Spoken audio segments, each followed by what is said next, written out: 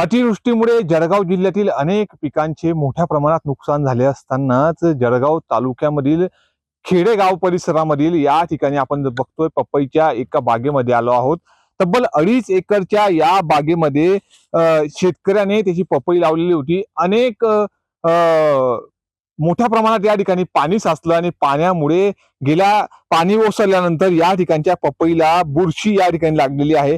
त्यामुळे आता हातातोंडाशी आलेला हा शेतकरी राजाचा हा घास पपईचं कुठेतरी थोडंसं पीक वाचलं होतं, फळ होते, ते विकून तो कुठेतरी आपला उदरनिर्वाह दिवाळीचा सण देखील साजरा करणार होता. मात्र आता पाणी ओसरल्यानंतर या 2.5 एकर शेतामधील अनेक झाडावरील पपई पिकाला मोठ्या प्रमाणात बुरशी लागली आहे आणि याचमुळे ही बुरशीजन्य पपई आता या ठिकाणी व्यापारी वर्ग घेण्यास नकार देत आहे. आता काय सांगाल, तुमच्या हातातली पपई त्याला संपूर्णपणे बुरशी लागल्याचं दिसून येत आहे, काय तुमची भावना आहे? 2.5 एकर क्षेत्रामध्ये पपई लावलेली होती.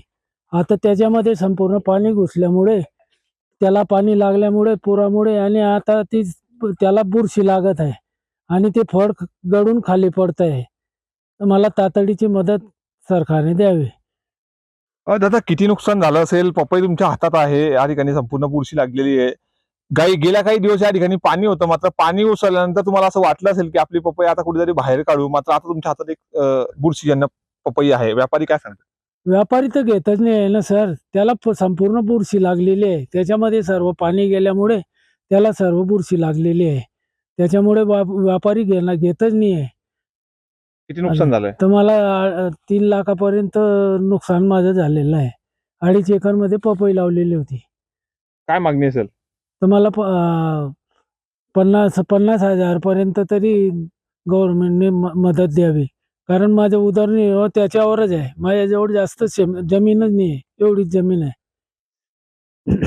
तर ह्या होत्या पपई उत्पादक भावनिक शेतकऱ्याच्या प्रतिक्रिया की 2.5 एकर शेतामध्ये मी 5 महिन्या पहिले कुठेतरी पपईचे उत्पादन या ठिकाणी घेतलं, मात्र अतिवृष्टी झाली आणि या ठिकाणी तब्बल 300 झाडं या ठिकाणी या अतिवृष्टीमुळे या पपई उत्पादक शेतकऱ्याचे वाहून गेले.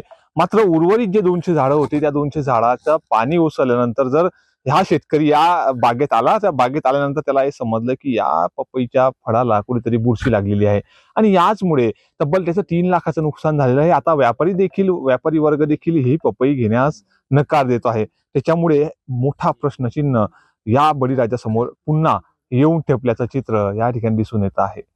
नितीन नांदुरकर, न्यूज 18 लोकमत, जळगाव.